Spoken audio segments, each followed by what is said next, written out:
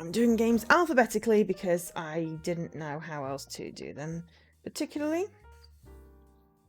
So we are now going to have a look at Blackberry Honey, which apparently I can't spell.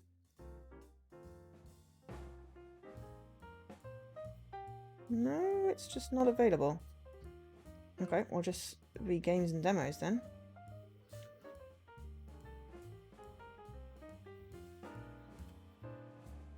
Interesting. It's not in the game database.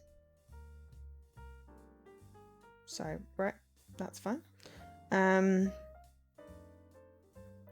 then we'll cancel that and refresh to reset. Yes, from shirtless hamster men to sapphic romance maids, sapphic maids, maybe some sort of thing there. So yes, let me tell you about Blackberry Honey. I've had this game a while.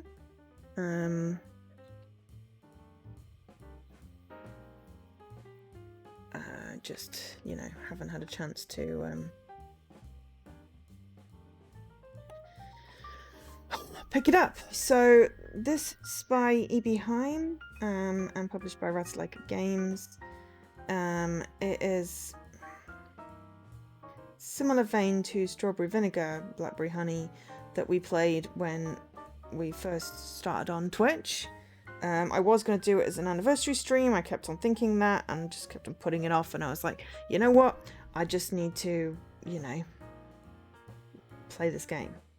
So this came out on the 11th of February 2022. As I said, it's been a while. This one's been sitting in my backlog and I've been feeling guilty about it. Thank you to ID at Xbox for the code for this one. But yeah, developed by ebi-home, published by Rattlelaker Games.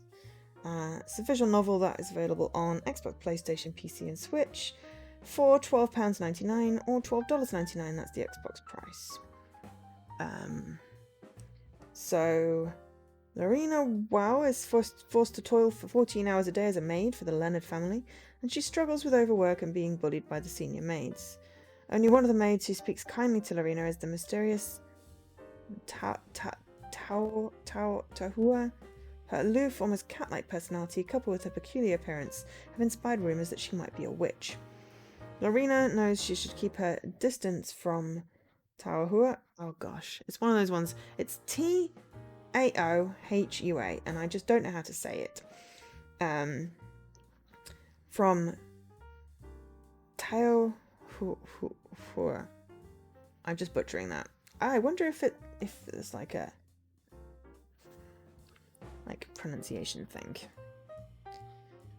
It is. Oh, it's also a restaurant. Chinese restaurant in Burton. I would just like to know how it is pronounced, to be fair. There's a bunch of places in Japan. I just would like to know how you say it. Pronunciation.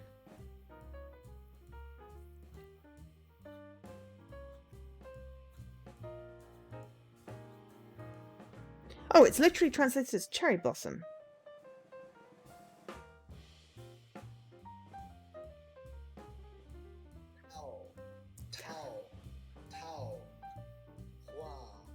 Taohua.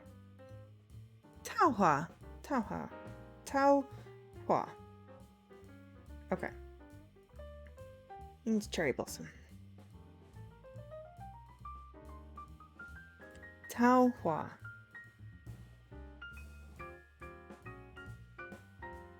Okay, right. I just hate butchering names. Okay, Taohua. And she wants to most desperately, but maybe there's a pinch of truth to all the rumours because she soon finds herself under the woman's spell. So this has around 7 to 10 hours of reading with over 100,000 words of text. It's a cute lesbian love story with a Victorian setting. But also I think there's like no choices. It's just like Language of Love and Winter Daydream, where it's just a story. So that's fine. But we'll do an hour. We're going to go slightly over the 3 for the stream, but that's fine. Also cute. Ratalaika Games. Cute thing. English, please. I don't. Speaking of German.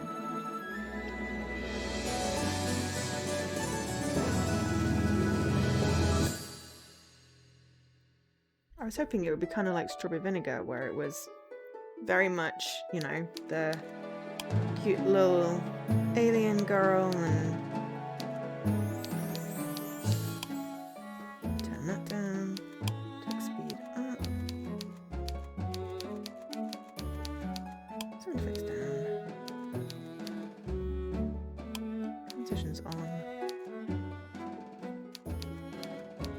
return. Okay. So yeah, so we've got from shirtless hamster men and gay cats and dog men to Victorian lesbians, possibly witches. As you do.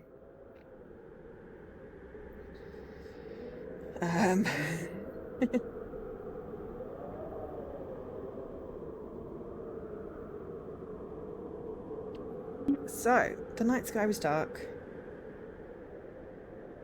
I do not have a copy of this one, by the way. I've got a copy of the final game to give away.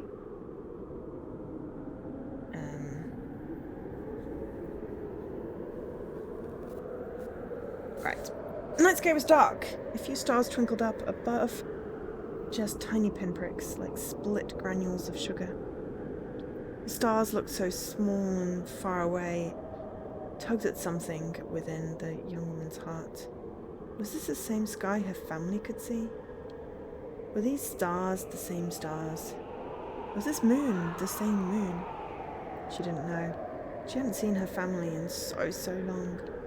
She couldn't think about that now. If she did, she was sure she would cry. She didn't want to do that. She refused. She'd always been stubborn. That was how she'd ended up in this mess. The girl had been riding in the back of a horse-drawn cab for upwards of 14 hours, from 7 o'clock in the morning to 9 o'clock at night. Her legs, which had been cramped up in a space far too small for them for far too long, hurt. Even as she stood there doing nothing more strenuous than simply existing, her body trembled. It felt like a mischievous imp was inserting needles in the backs of her legs. She could hear in the distance the sound of horses' hooves striking against the ground. The carriage was lurching away beneath the cover of the night. There was nowhere else for her to go. Nowhere for her to run. All she could do was stare at the wrought iron gates before her and the large, imposing house beyond. The fact that the scenery is moving sideways is making me feel slightly travel sick. Bly was worlds apart from the girl's home in Liverpool, which she had shared for many years with her mother and 2 sisters. 3 sisters now, given the recent birth of the youngest, Alice. Little Alice. But she would never be able to see Alice grow up. She swallowed. Her throat convulsed. So this was to be her new place of residence, but not her home.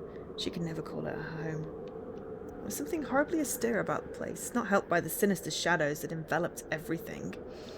The trees in the vast expansive garden were tall and skinny. They stood sentinel, their boughs waving in the breeze. Almost like ghosts. Skeletal soldiers. Bly, with its crumbling walls and darkened windows, seemed like the kind of place that would have a ghost story or two.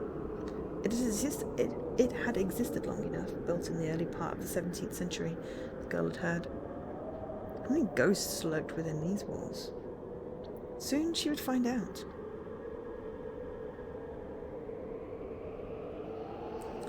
Her carpet bag was balanced in the crook of her arm. It was small and had a dent in the side, impossible to remove. She knew, because she'd tried. All her worldly belongings were stowed inside that single bag. I could not do that. But then it's a different time, isn't it? A few sets of clothes, a hairbrush, an old Batten volume of Robinson Crusoe. That was all.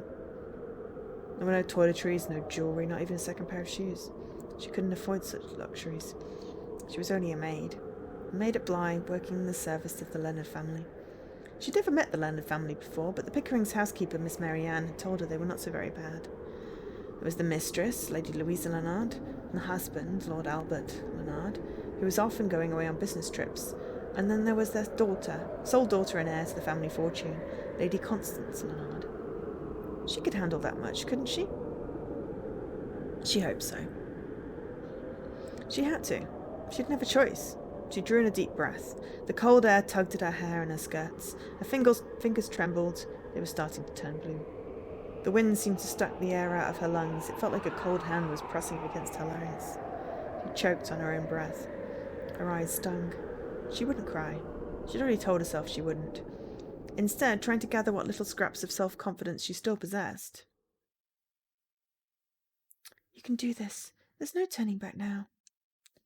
Lorena Wow, only 19 years of age, clutched her bag to her chest and straightened her back. She wasn't one to back down from a challenge. Just how bad could Bly possibly be?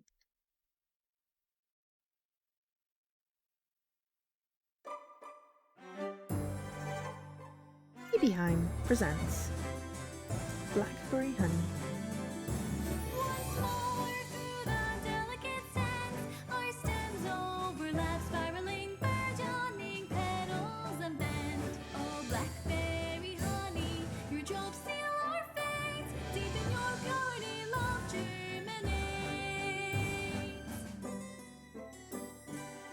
It's singing to us.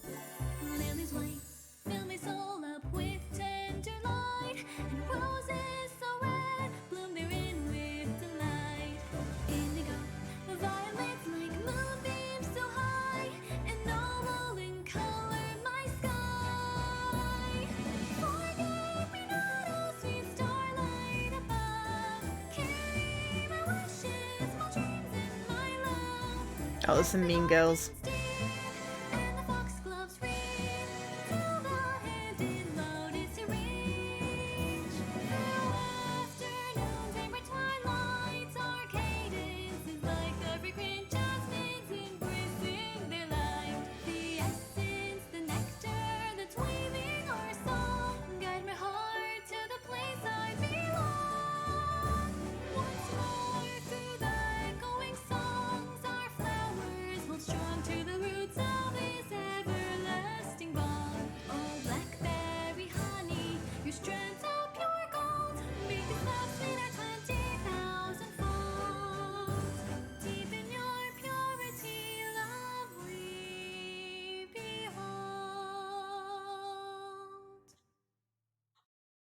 So that's the thing.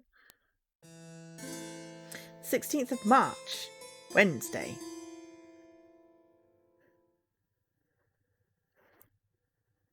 When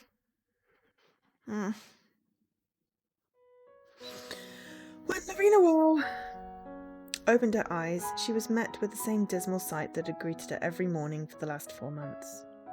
A grey ceiling peppered here and there with ominous cracks, heralding the inevitable day when it would one day collapse under its own weight. For the time being, however, this was where Lorena was to sleep. Her very own bedroom in Bly. Not that it was her bedroom, of course. It was a small, tightly packed attic she shared with 5 of her fellow mates. Isabelle, Pauline, Ada, Effie, and the Swiss-born Liselott. The other maids were arising, stretching, yawning, complaining. Isabella and Pauline were the worst for it. They always complained. Lorena supposed it was very English in a way, but she rather wished they wouldn't. My head feels so thick. Must mean there's rain coming. Always has bloody rains around here. Wouldn't be England without it. The rain? Good on you, Effie. Good morning, Lorena. Oh, Lorena stretched and sat up in bed. Thin sheets pulled around her body. The sheets were stained and rarely offered any warmth, not even in the spring. Still, Lorena supposed it was better than nothing. Look on the bright side, that was what her mother would say. There's always a silver lining. Said silver lining being Lorena's fellow maid, Ada.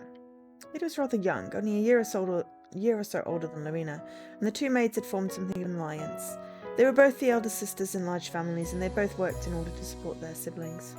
The only difference was Ada had 3 younger brothers, and Lorena had 3 sisters. Good morning, Ada. Good? What's so good about it exactly? It's just a figure of speech. Don't care what it is, it's blinking ridiculous. Here, does anyone don't want to wake up at 5 o'clock. Maybe masochists. Must be bloody masochistic working here. My fingers are shot to pieces. They're shaking. Never be able to light the fires like this. I don't talk about fires. I'm frigid. Last night was cold. Did you think that was cold? It was nothing compared to the winters in Andermatt. And in case you hadn't realised, Lieselot, you're not in Switzerland anymore. Ah, yes. Oh, I miss it. Sun rising over the Alps is truly a sight to behold.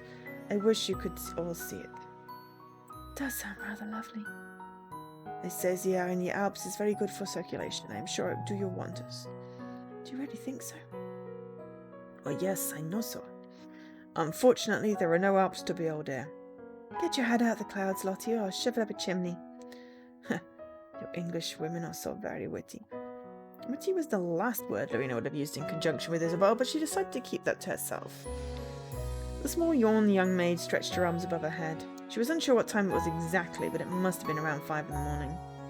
Mornings came for the servants of Bly several hours earlier than they did for Lady Leonard and her privileged offspring, Lady Constance.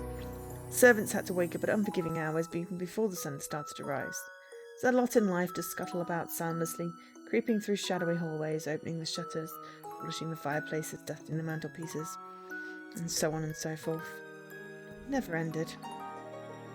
From 5 o'clock in the morning until 7 o'clock at night, the maids of Bly were fully occupied with their work. There wasn't a single moment where they could sit down and rest. Maybe that was why Isabel and Pauline, who'd been maids for longer than the others, were so snappish and irritable. It didn't help that the head butler, Grant Lester, was such a stickler for the rules. He was incredibly strict, maybe more so than Lady Leonard herself. Hey, Lorena. Pauline, who was already dressed, gave Lorena a disparaging look. Are you planning on getting dressed at some point? You're just going to sit there? Lorena scrambled to her feet, throwing the covers to one side. She had been so immersed in her idle fancies she had quite forgotten. Pauline sniggered, so did Isabel. I'm sorry. I'm getting ready right away. Don't apologise to us. Apologise to Mr. Lester when you're late coming downstairs. Again. I'm getting dressed right now, I am. Do you want us to applaud? Shan't wait for you, you know. Let's go. We'll all be old women by the time she's finished. That includes you too, Ada. Well, alright, sorry, Lorena. Don't apologise to her, stupid. If she gets scolded, she'll deserve it. On her own head be it. I understand. I'm sorry. And you, Lottie, are you coming, or are you still thinking about Switzerland? I am always thinking about Switzerland, but I do not want to be scolded by Mr. Lester. He's so very strict. Lieselot gave Lorena an apologetic smile. I will see you later, Lorena. If you have any cause to feel down, just think of the Alps. I will. Not that Lorena knew what the Alps looked like. She didn't know very much, really. She never had a chance to travel beyond the borders of her home country. Being a maid, she'd probably never get the chance. Her future was already set in stone.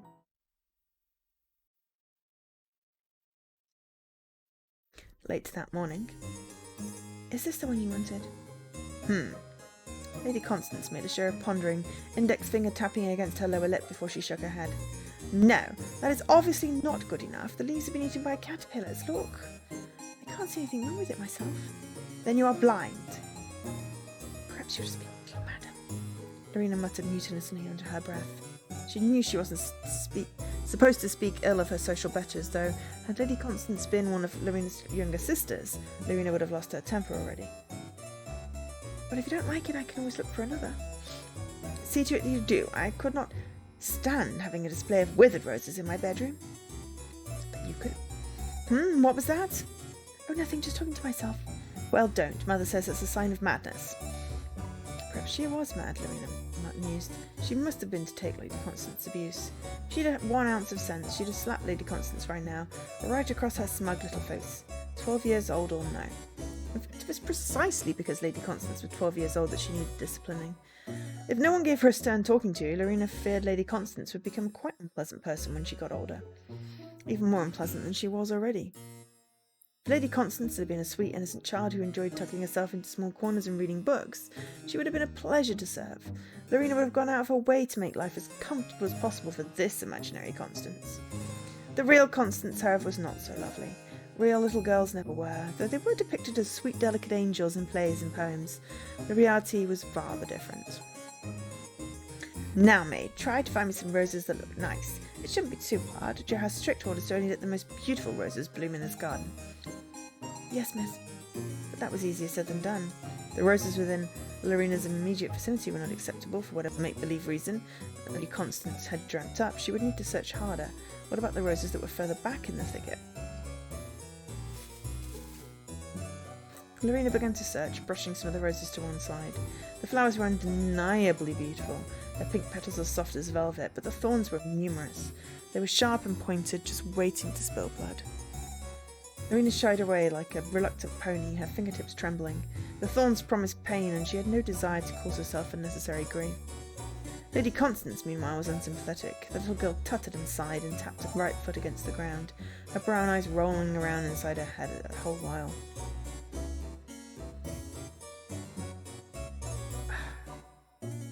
This should be easy, maid. I don't understand why you're taking so long. It would be easy, Lorena wished she could retort, if someone was not so hell-bent on making this so complicated. But of course she didn't say that, not even under her breath. It wouldn't have been worth it. Is this rose to your liking? Sorry, not the game, just tired. No, that isn't good enough at all. Then this one? No, I only want the best roses in my room. Anything else less will be an insult unless... Are you trying to insult me? Of course not, miss. Then take this more seriously. You are a maid, aren't you? Yes, miss. Then you should do everything within your powers to keep me happy. Yes, miss. Start doing your job properly. I ordered you to pick me the best roses, and that's what I expect. The best roses are the ones right at the back. So you need to look a little deeper. Nice, Dagarilla. But miss... What, didn't you hear what I just said? I gave you an order. I realise that, but... Those ears of yours just for show. You were listening to me, weren't you? Yeah, I understand. You understand what? I understand, miss. If you understand, start looking. I won't leave until you've picked at least one acceptable rose. Yes, ma'am. Gloves would be good. Left with no other alternative, the young maid continued her search among the flower beds. Her arms trembled, too did her eyelashes. Her whole body was tense and taut. One wrong move and she would lacerate her skin, not just in 1, but 2, 3, 4, 5, 15 places. Then she would start swearing under her breath and blinking tears out of her eyes.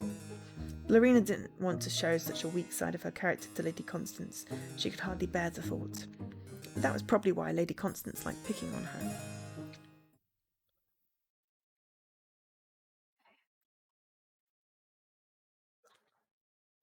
Lorena had too much pride, but she got flustered easily. She couldn't always stand up for herself. She wasn't like the parlour maid. She would never be like the parlour maid. Not that she wanted to be. The parlour maid was a cold woman, aloof and distant, who only ever spoke to Lorena to pass malicious comments. Her barbed statements slid beneath her skin more effectively than 1,000 thorns from 1,000 roses. The parlour maid's words hurt, and Lorena didn't even know why. It wasn't as though Lorena wanted her approval. She didn't like her. She didn't like her at all. Why was it then that Lorena's throat felt dry whenever she saw her, and her stomach fluttered, and she couldn't look her in the eye, and she... Ah! Lorena gasped in shock and stumbled away from the rose bushes, clasping her hand to her chest. 3 wounds crisscrossed against the back of her right hand. 2 of them were shallow, superficial, oozing droplets of crimson blood no bigger than pinheads, but the other was far bigger. This cut cleaved a chunk of flesh out of her hand, stripping back the skin like a roll of wallpaper. Whoa, that's descriptive, and aha, pain. I can feel it. Lorena stared at her hand on the ground. There were splotches of blood, her blood, just inches away from her right foot. She shook her head. She felt sick. Blood didn't often make Lorena feel faint, but there was quite a lot of it. She didn't want to smear her apron. To make matters worse, there was a thorn embedded in the back of her hand. It emerged from the open wound like a piece of thread through the eye of a needle. Don't bleed all over the flower beds, idiot. What do you think you're doing? I just... No, don't tell me I know the answer. You weren't thinking at all. Your maids are really useless.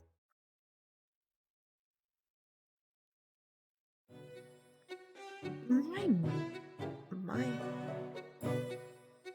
I mean, I'm just going to make it Scottish, because why not? My? How did you do that to yourself? It was an accident. Well, I should hope you didn't do it on purpose. That would be quite the foolish thing to do. Lorena glowered, her cheeks flustered.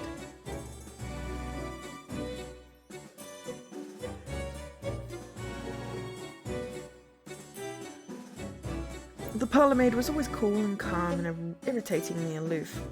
She was as haughty as a cat and constantly seemed to look down on others, but she always accompanied a blatant disregard with a small smile. Lorena never felt quite herself when she was in the company of this unsettling woman. Her gaze made Lorena tremble. It was almost as if everything within Lorena had been misaligned by an inch or so her skeleton no longer fit neatly inside her body. Truthfully, Lorena had been hoping to avoid the parlourmaid during this sad state of affairs. In a more perfect world, she would have retreated to the kitchen, cleaned the blood off her hands beneath the sink, and pulled out the offending thorn with minimal fuss. No fanfare at all. That was what she wanted, but life was never that simple. The parlourmaid had been in the kitchen already, and Lorena had only realised once she had crossed the threshold and their eyes had met, and it had been too late to turn about and leave. Why the parlourmaid was in the kitchen and not in the parlour, as her title suggested, was a mystery. It appeared, though, Lorena had no intention of asking her. That she was in the middle of preparing various tea things, arranging several willow-patterned teacups and a matching teapot on a tea tray. Was Lady Leonard having guests? And it seemed as good a guess as any.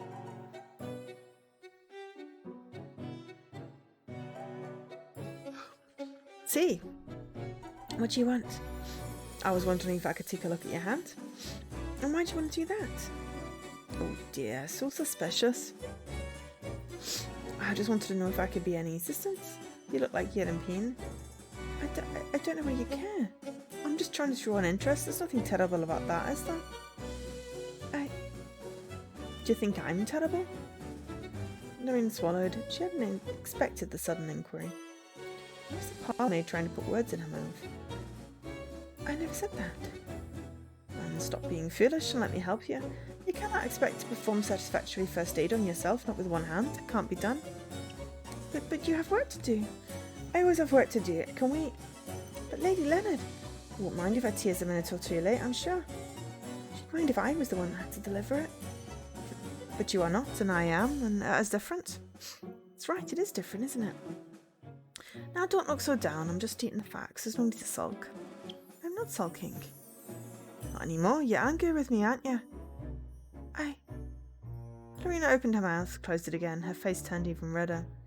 The parlourmaid laughed. You're so easy to read, Laurie. Laurie? That's right, Laurie. Nobody calls me that. I just did. I wish you wouldn't. We can't all have what we want. I'm aware of that, thank you very much. Lorena frowned. So the parlourmaid knew her name, even though she insisted on using a silly nickname for whatever reason, but Lorena didn't know hers. She should have done, considering she'd been at Bly for 4 months, but the parlourmaid's name was strange and foreign. It was difficult to get her tongue around. Well, that's no excuse. Why should she need to know her name anyway? They weren't friends. Lorena wanted nothing to do with the insufferable woman. But all the same.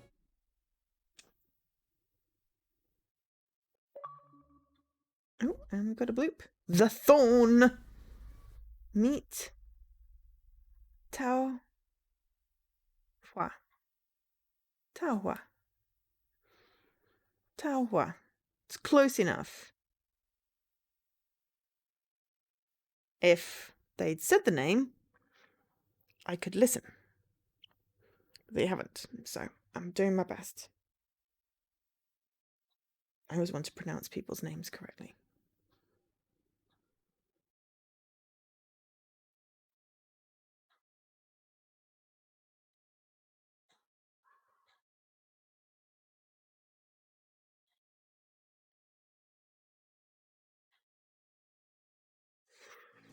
What are you doing?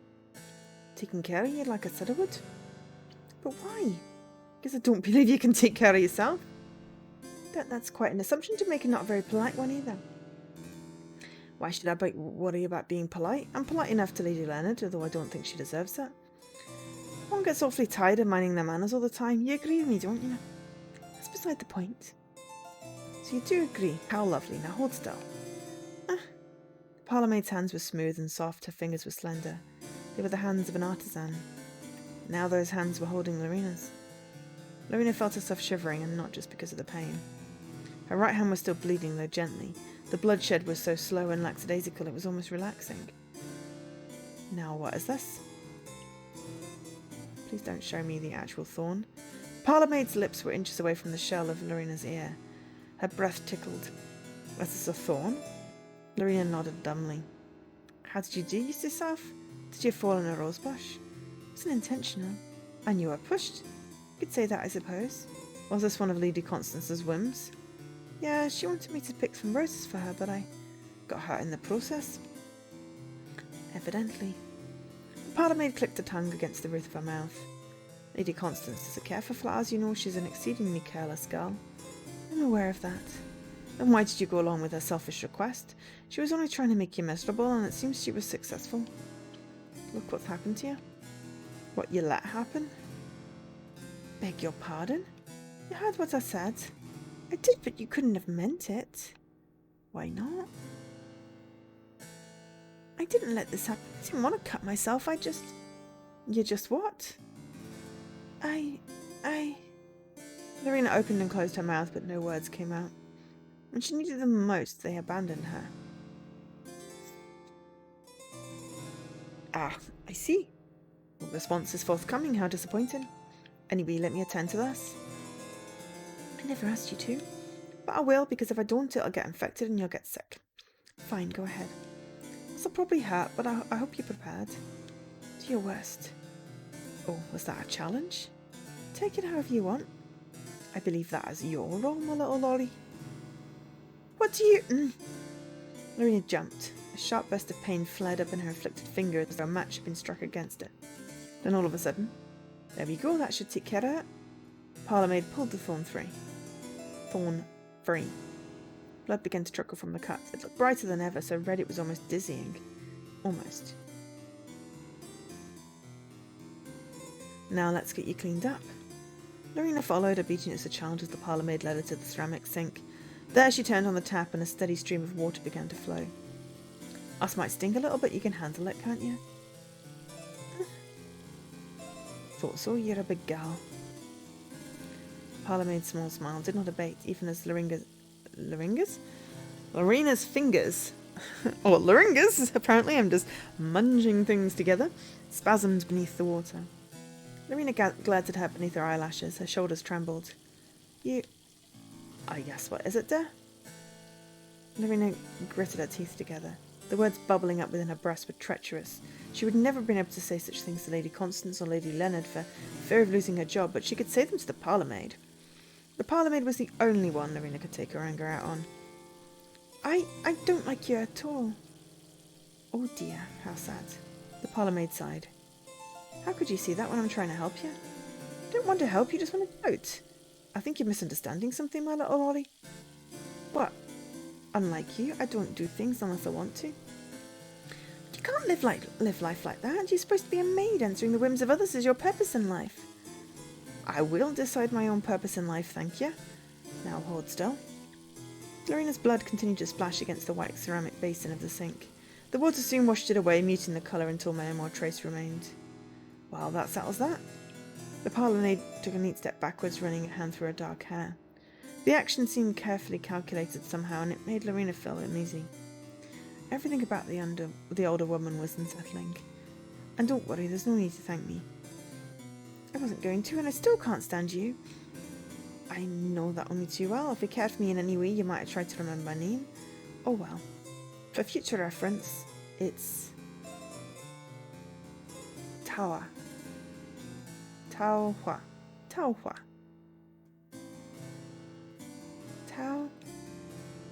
Taohua. Not that you care. The 2nd of April. Saturday.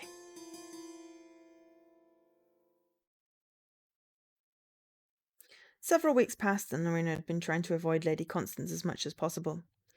Lady Constance has always been petty and vindictive, but she seemed even more so as of late, and Lorena didn't want to get caught up in her silly temper tantrums. And Lady Constance wasn't the only one Lorena had been skirting around. There was also the parlourmaid. Taohua. Her name was Taohua. Not that Lorena wanted to remember it. She'd far rather forget her. Lorena didn't want to remember how Tawa's fingers had trailed gently across her palm, or the soft whisper of her voice, or the strangely intoxicating scent of orange peels and bergamot that clung to her skin and hair. She certainly didn't want to remember her withering stare or derisive tone.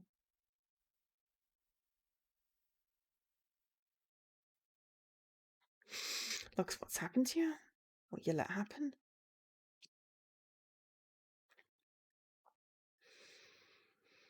How stuck up, like you're so perfect. Lorena grit her teeth together so hard the enamel threatened to crack and turned over in her bed.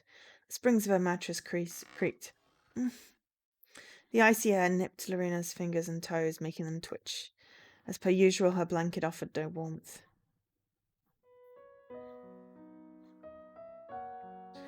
Oh, Andermatt, could it really be?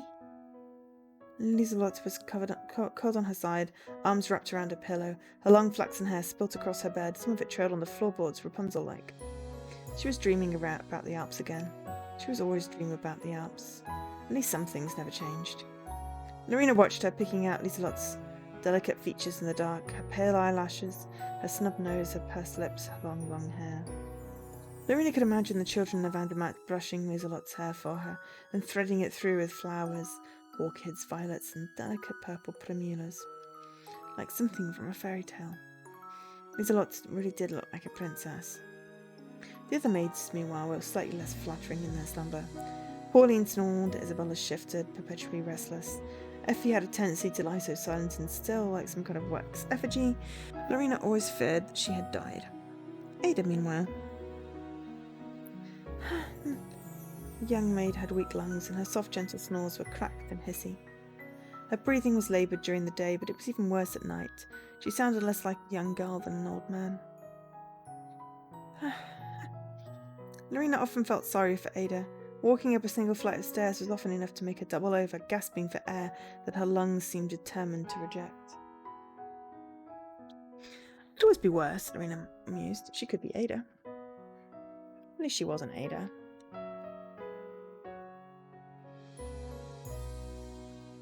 Tawa didn't sleep in this small, drafty attic room, which was termed the virgin quarters by the unpleasantly snickering footman. Tawa was unique, worlds apart from the plain boorish English maids of Bly or European in Lieselotte's case. Tawa's skin was a touch darker, her iris was strikingly green, and her hair was black and silky, a rare flower surrounded by weeds. She was too special to mix with the other maids, too important to befriend them, too aloof to even try. Mama, Papa, Daisy, I miss you so. Tawa was grateful and composed, while Lorena was awkward and flustered easily. Lorena couldn't imagine Tawa ever letting Lady Constance to boss her around. But that didn't mean she could treat Lorena so poorly. Tawa had handled Lorena carefully, like she was some sort of precise instrument, yet she had insulted her at the same time. It was confusing. Andermatt, my Andermatt, it has been years and yet. What kind of name was Tawa, anyway? Lorena had never heard of it before. She couldn't understand it either. It means cherry blossom. If she couldn't understand the name, how on earth could she ever hope to understand the woman attached to it? Lorena didn't want to understand her. She hated her. No worries, Mr. Cornus. Have a great day. I will send you your game after the stream finishes. Enjoy both the game and your day. She hated her, didn't she? Lorena bit down on her lower lip. How long have we got? Oh, we're halfway through.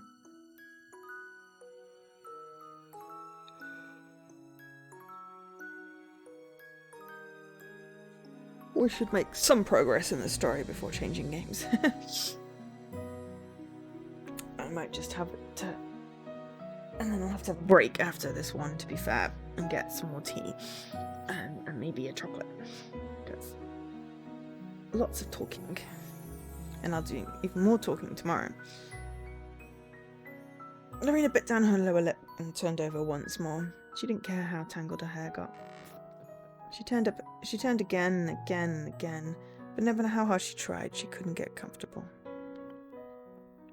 Just when her eyelids were starting to feel heavy, she could almost imagine herself slipping into the land of slumber. I never wish to leave. I cannot. This is where I belong. Oops, Lieselotte chose that moment to declare rather loudly for a sleep talker her continued allegiance to her beloved Andermatt. Lorena's left eye twitched. Fine, I'm getting up. Oh, Andermatt. Shut up. Lorena sat up, her hair dishevelled mesh. I'm glad at Lieselotte. Even in her sleep, Lieselotte perfect. Her face glowed with health and her flaxen hair was full of life. Maybe it was because of Andermatt. Florina had been born amongst the mountains and had spent her youth picking flowers and milking cows. Perhaps her cheeks would have the permanent roses too. Then again, maybe not. Lorena sighed and massaged her temples with her fingers. She needed to talk to someone, but who? Everyone was asleep. Then in that case, a letter. Yes, that seemed like a sensible solution. Lorena missed her mother. She missed her a good deal. She missed her sisters too, Ethel and Mary. She even missed little Alice, who had been only 2 years old the last time Lorena had set eyes on her. She would be 5 now. Time really did fly. The 3rd of April, Sunday.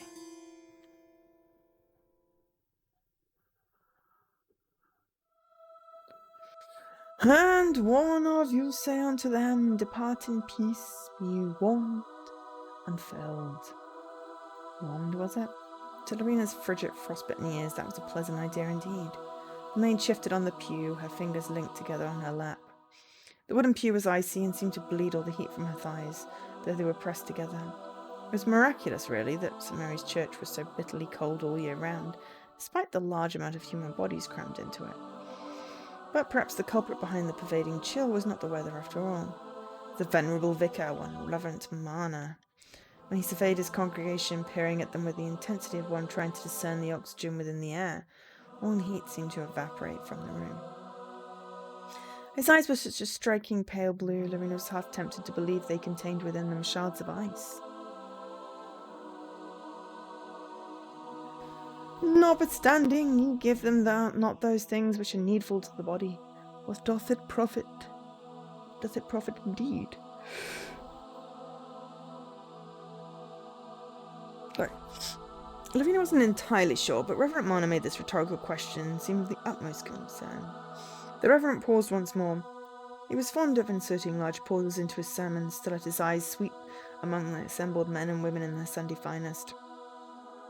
Not that Lorena, being a maid, had any Sunday finest. Her maid's outfit supplied by the Leonards was the most sophisticated item of clothing she owned. Consequently, that was what she was wearing. Lorena knew some of the more esteemed men and women of the St. Mary's parish derided her for her choice in wardrobe, but she had little else to choose from. Even so, faith, if it hath not works, is dead being alone. By goodness, the church was really cold. Lorena wasn't the only one attempting and failing to ease her squirming. Ada was in a similar predicament. She was shifting here and there to encourage the circulation in her legs. The maids of Bly sat together during the service. Ada was on one side of Lorena, Paulina on the other. Isabella, Lieselotte, and the ever-inscrutable Effie made up the rest of Bly's pretty maids. As might be expected, they were all sitting in a row. Not that Paulina was particularly pretty. She'd always reminded Lorena of a horse. A man might say, thou hast faith, and I have works. Lady Leonard and Lady Constance were also in attendance, though they weren't seated with the maids. The maids of Bly were relegated to pews near the back of the church, while the upper echelons of society were seated at the front. Should the apocalypse truly occur, Lorena had no doubt the rich and the beautiful would be ushers up to the pearly gates first. Hi, Dana Milo. Well, so far we have kissed a hamster and a cat, and they turned into handsome men. And now we are Victorian maid, who is really cold in church right now. So we're about halfway through, despite it being already 5 o'clock, because, you know, I'm terrible at keeping time. How's your weekend going? This second game. We did Animal Lover. We're currently doing Blackberry Honey, and we have Weeping Willow to do. It was just how things seem to work. Shew me thy faith without thy words, and I will shew thee thy faith by my works. was one servant of the Leonard household who was conspicuously absent. Tower. Though obliged to the servants, but not in a creepy way. More like in a Princess and the Frog kind of way. Though obliged to the servants, all 23 of them, from the cook to the valet to the coachman, attended to the Sunday service religiously, Tower had never once seen fit to make an entrance. Lorena doubted whether that woman had placed so much as a single toe over the threshold of St. Mary's before. She was not particularly distraught over her absence. It made it easier to focus. Whenever Tower was around, Lorena's heart started to flutter. Her cheeks flushed, and she found herself feeling quite unlike her usual self. The letter residing in her pocket, folded neatly and placed within the confines of a brown envelope, was proof enough of that. Thou believest that there is one God, thou dost well. The devils also believe and tremble. Lorena herself started to tremble.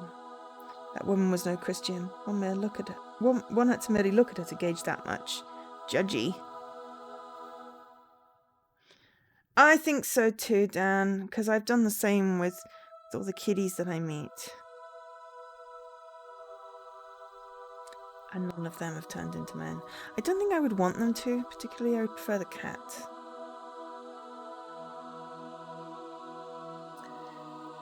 We're being really judgy. Her peculiar skin, her peculiar eyes, her long black hair.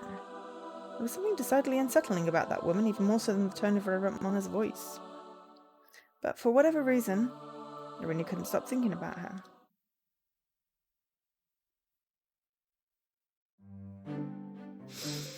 I am still not used to the church services of your English. Was it that much different in Andermatt? Well, yeah, but then I have to kiss men. I don't want to do that either.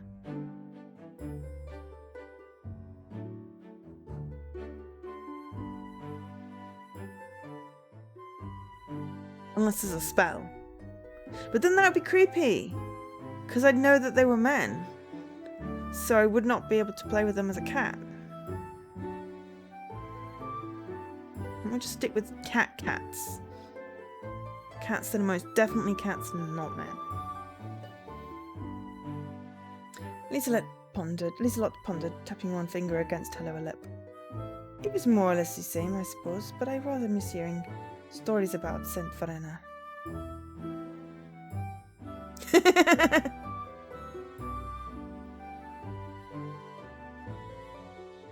Well, I mean, would you let Milo, chew your shoes and sleep on your bed and watch you, in the bathroom if you knew that it was a person?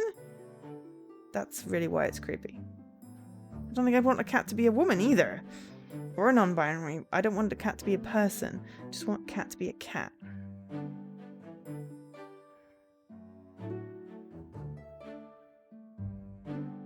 Who is he? Oh, I see you English are not familiar with Saint Verena after all. I'm sorry, I haven't heard of them. It doesn't ring a bell. Saint Verena is a Swiss saint. She used to be a nurse, and she devoted her life to the spiritual and physical care of young girls. Apparently, she was also very pretty. Lieselot beamed and clapped her hands together. I too wish to live a pure and devout life as a good Christian, just like my favourite saint. You have a favourite saint? Surely if one wants to be a good Christian, you shouldn't pick favourites. Oh, I know Papa said as much the same, but I cannot help myself. She is depicted in a stained glass window in the church of St. Peter and Paul in my Andermatt, and she looks so very kind and benevolent, not to mention her hair. So you like the Swiss saint solely for her looks? It's awfully shallow, Lottie. It isn't shallow, at least not entirely. There's nothing wrong with liking pretty girls. Exactly. I support any saint who concerns herself with the welfare of maidens like ourselves. Certainly I'm a woman, not a maiden. Yes. It is cool, but if I knew that there was a person, then I would be like, no, you cannot come into the bathroom while I am showering. You cannot watch me pee. You cannot sleep in my bed.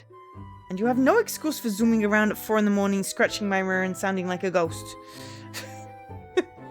I will also not stick you on my lap and stroke you, because it's just weird.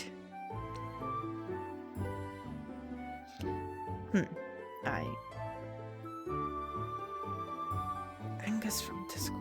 Oh, Angua. Sorry, I misread that as Angus. I need my eyes testing. Yes, the lady werewolf cop.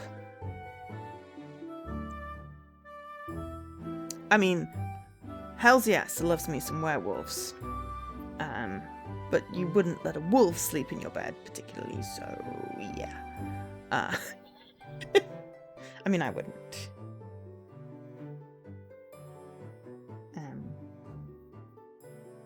But yes, shapeshifters, yeah.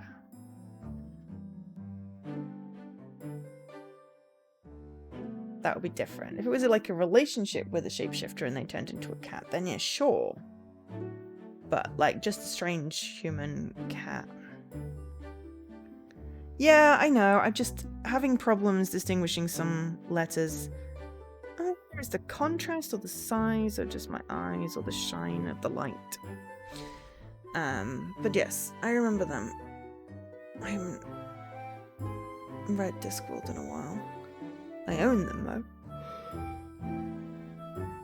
though. I'm not really feeling this story particularly. I'm kind of glad I've done it as part of a Joe case instead of having to do an entire stream. It's making my voice tired. But I owe it at least another 10 minutes. And then we'll switch. Well, we'll have a quick break because I need some more tea because my tea is cold. I think I'm a touch too old for your role, he sent Verena. Saint Verena would not discriminate, I am sure. Alright, you're starting to sound like a saint yourself. Saint Lottie. Phew. I think Lieselot make a nice saint. Victorian lesbian maids? That if I can summarize it in 3 words.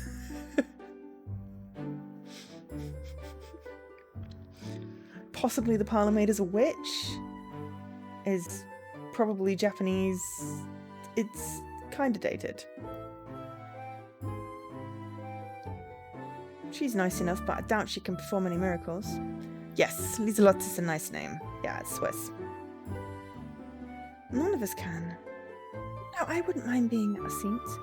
Hang on. You know, I wouldn't mind being a saint. I've always wanted to appear on a stained glass window. You would look very nice. You think? Suit you better than me. No. Pride is a deadly sin, Lottie. What, really? I think so. You won't be going to heaven with that attitude. Oh my, I did not wish to cause any offence. The maids of Bly continued in this manner as they walked through the streets of Ellesmere. Oh, Ellesmere. I swear that's been like the setting of previous things. It's a real place. Their feet striking against the ground, Lorena's skirt swirled around her ankles, the letter inside of her pocket rustling with each step. No, she has 3 younger brothers. Back in Switzerland. No, hang on, wait, no, that was the other one. I don't know. Possibly have a younger sister, I don't know. Hi, Heather. The letter. Lorena had been so taken in by Lieselot she'd almost forgotten. Oh, Ellesmere is indeed real, you were about to say so. Cool, thank you.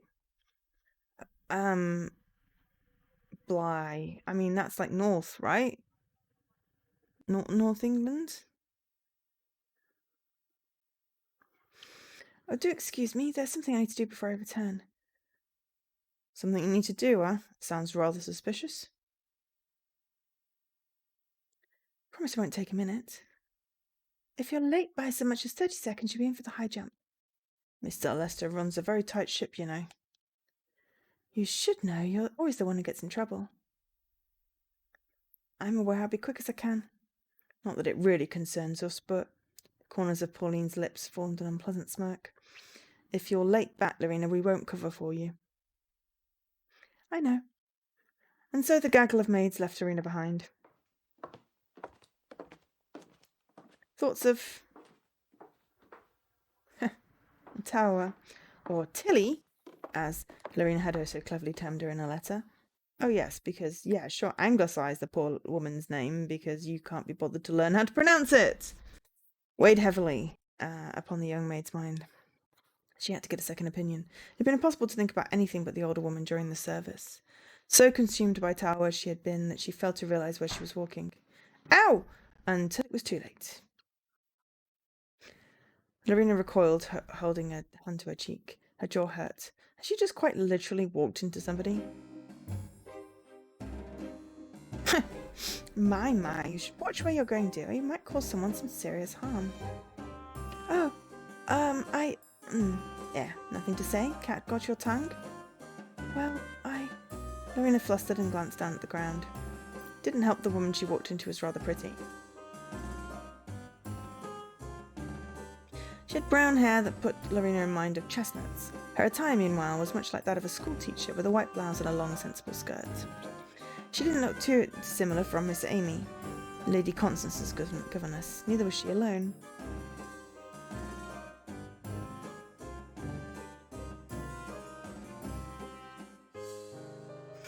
A blonde girl with a disagreeable scowl stood by the woman's side, her hands planted firmly against her hips. Upon closer inspection, Lorena realised that she knew these women. She'd never spoken to them before, but she'd seen them in passing on more than one occasion. They frequented the Sunday services at St Mary's too. It was a small world after all, and Ellesmere was smaller than most. Ellesmere, even. A smirk captured the older woman's lips. She surveyed Lorena with undisguised amusement. Now that I look at you properly, you're rather lovely. Lovely? I am? Indeed, I'm quite fond of soft, shy girls. Oh, please. Your kind are so very fun to play with, you know. Do give it a rest. The shorter girl rolled her eyes empathetically in the manner of one who must practice the gesture a good deal before a full-length mirror. You should restrict your playing solely to the violin. I know, but when faced with a sweet young thing like this, how can I resist? You have to do your best, you know what Reverend Mana says. That fires of hell and eternal damnation, yes, I know. Honestly, you need to start leaving pretty girls alone. Oh, that's so boring. The younger girl pulled a face. Listen when you attend church, or is your head off in the clouds? I prefer a hum, a little bark under my breath while the venerable reverend goes on and on, it is true. Big sister. The younger sister shook her head. Her expression was incredulous. You are impossible. Indeed. Excuse me. I apologize if I was in the way, but I have somewhere I need to be.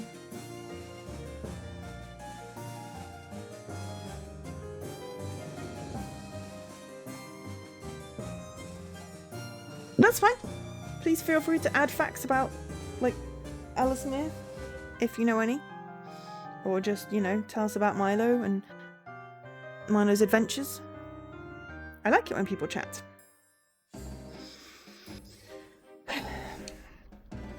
Oh, right, I'm sorry. Well, run along. I trust I'll be seeing you in due course. Mischievous smile. Miss Lorena Weil? 4th of April, Monday.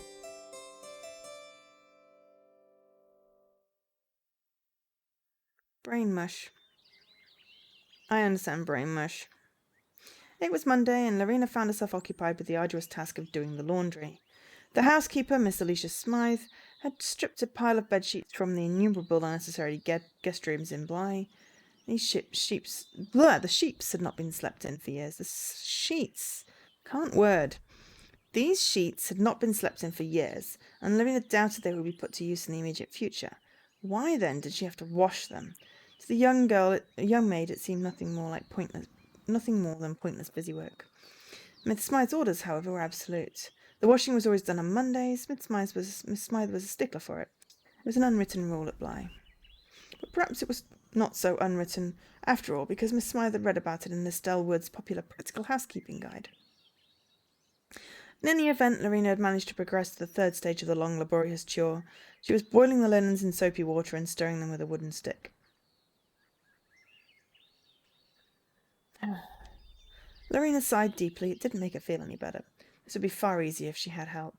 But Pauline, who was supposed to aid her, had swanned off a good 20 minutes or so ago. Lorena had no idea when or indeed if she would return. That Pauline, she was always shirking her duties, all the while complaining about how very hard she had worked. Aww. As I was walking back up from the beach with my mum on Thursday, we saw a very, very, very soggy doggy who had obviously had a lovely time in the sea. It was a very soggy doggy. Also a very small doggy. And a big fluffy doggy. And 2 cats.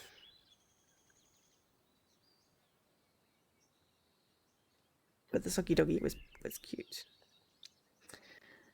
Lorena would like to give her a taste of her own medicine, if only she could become an avenging Valkyrie. But alas, she was just a maid. She gritted her teeth together. The smell of the boiled linens assaulted her nostrils. It wasn't particularly pleasant. Washing clothes never was. Curtis Smith Smythe for her draconian rules, and curse Estelle Wood for her stupid practical housekeeping guide, and most of all, curse Pauline for being so incredibly infuriatingly useless. Lorena's forearms hurt, her forehead beaded with sweat, her hair stuck to her skin. Why was she always charged with the most physically draining of tasks?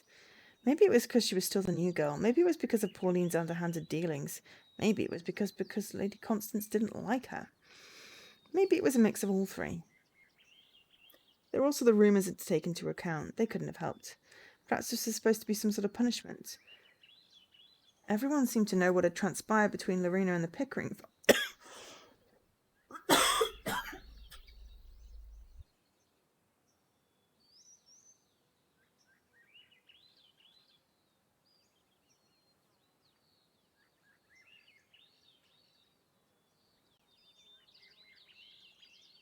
Sorry, random coughing fit.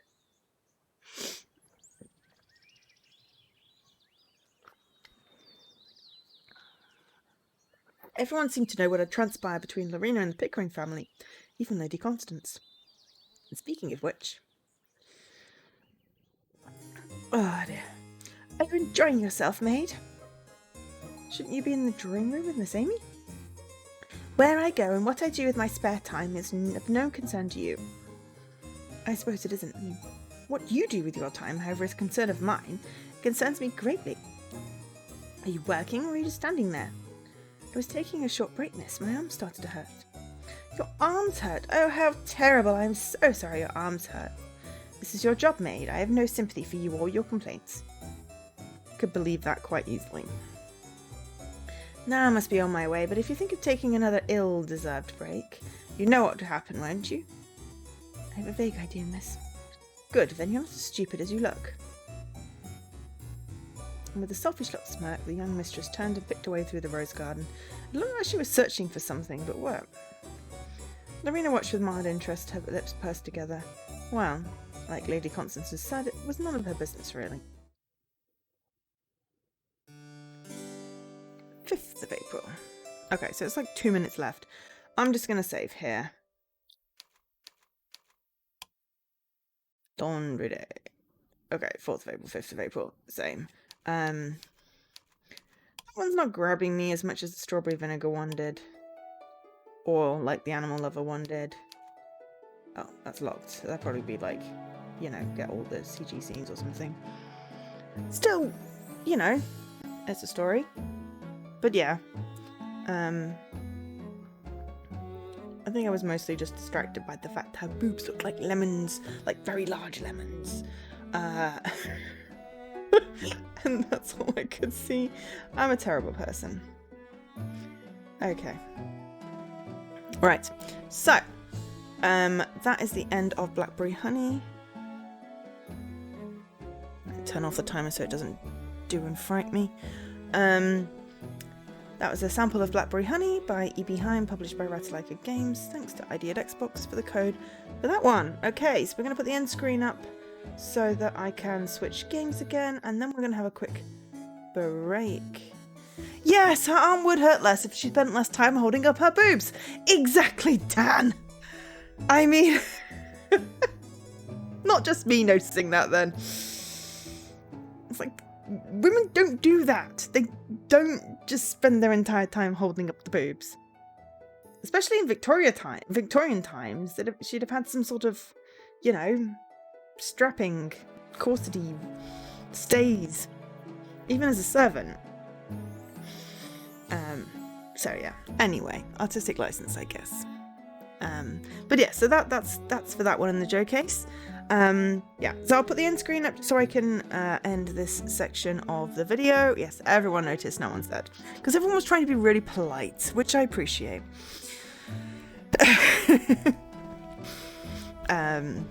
But yeah, so we'll then have a quick break. Well, not a quick break. We'll have a few minutes break because I need some more tea, because apparently I just keep coughing on myself.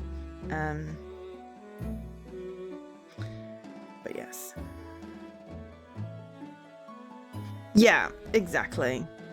Exactly.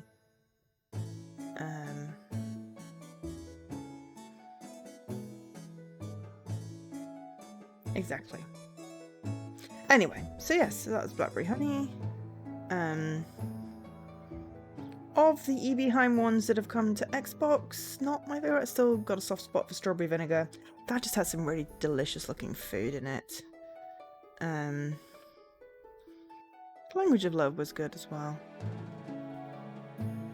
But yeah, it doesn't have any choices in, so it's just straight through like Winter's Daydream, which is less interesting to me. It's not a game if I can't even make any choices. It's just literally a visual novel. I don't get to direct the story in any way, then it's less interesting. Really. Well, it depends. If the story's interesting, then I get more involved, but not engaged yet. But we only did an hour, and they said there was like 7 to 10 hours of story, so maybe it will pick up. I don't know. Anyway, let's end this part of the stream, and then we'll take a break, and then I'll be back. So that's it for Blackberry Honey.